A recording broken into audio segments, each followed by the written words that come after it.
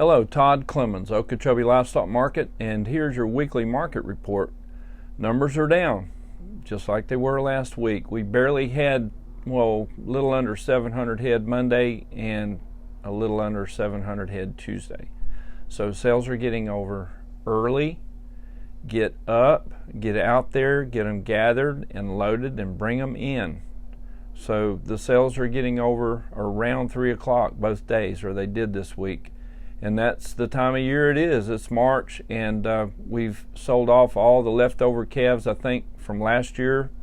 And we're just waiting for that new calf crop to come in this year.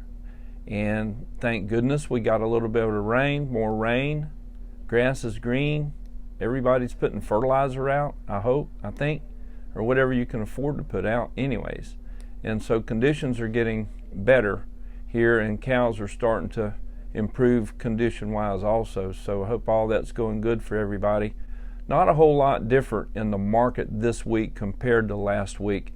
We have seen a lot of slaughter cows and bulls come through the rings here in the last 3 or 4 weeks, and we're certainly getting caught up on that slaughter cow and bull meat.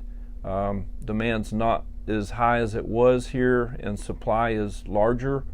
But still, we're seeing cows in the 60s and bulls in the 80s, which is respectable. And the calf market, the feeder calf market, is still not where we wished it would be right now. We were looking at hoping optimistically that we would see higher prices by now this time of year, but corn prices have really set us back. These cattle going into the feedlots, the cost of gain is well over $1. You see corn there on the futures board trading just under $6, and the old rule of thumb that I heard was you could take the corn price and double it. So if it's $6, you could just take and drop a zero and multiply it by 2, and that's $1.20 for all cost of gain.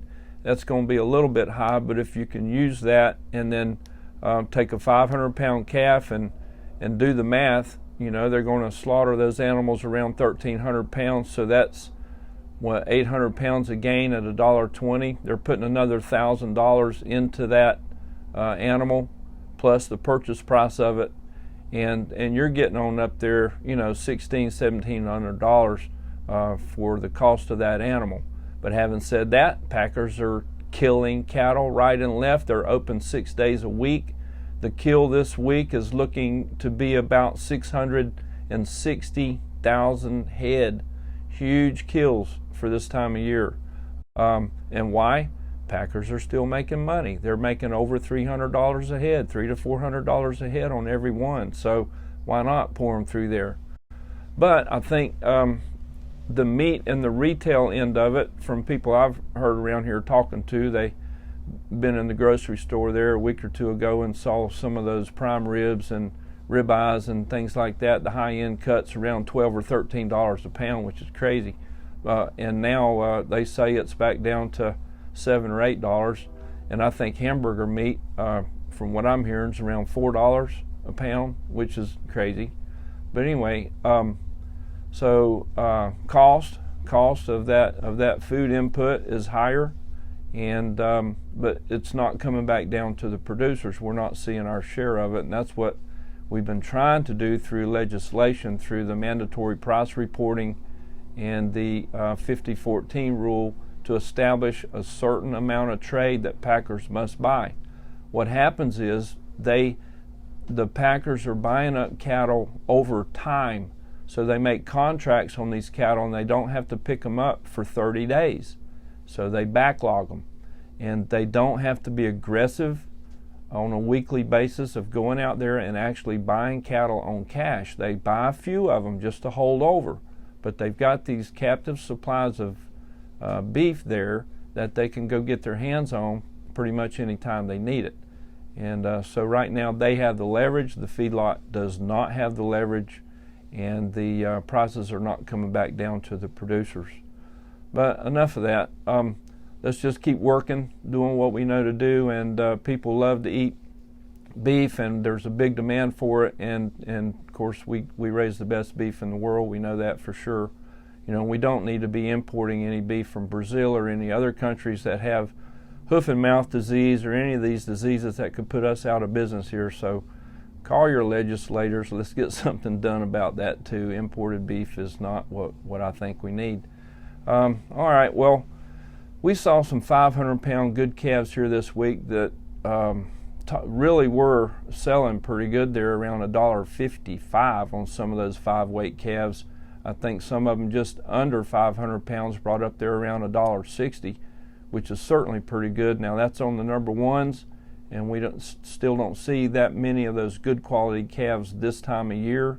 So you're going to have to drop off of that high price when you get down into the 1.5s, the Brammer Cross calves and the off-colored calves and all the other stuff. They're not going to bring that top dollar, but those very best calves are selling real good. 200 and 300 pound calves are not in much demand, just as this happened again last week. The lightweight calves, they're not ready for them yet. We're waiting on that grazing to come in, and these guys are buying these heavier cattle right now at this time. But anyway, all in all, things are pretty steady.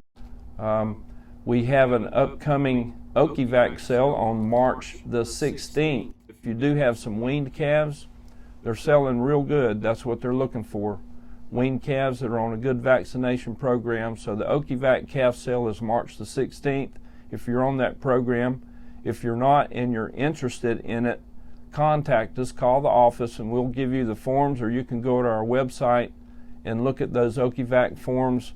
And they're accredited health programs that these buyers are looking for calves that are good health from good health programs, and it'll be worth your while. You'll help yourself, and you'll help everybody on down the line that handles these calves. We did have some high prices this week on the calf side. Gary Johnson sold a little old 100-pound heifer calf that brought $2.05, bought by Whitney Savoy. Must have been a little roping calf. And on the cow side, we had 2 cows bring 70 cents. One of them from J.W. Yarborough, 1,170-pound cow at 70 cents, bought by Florida Beef.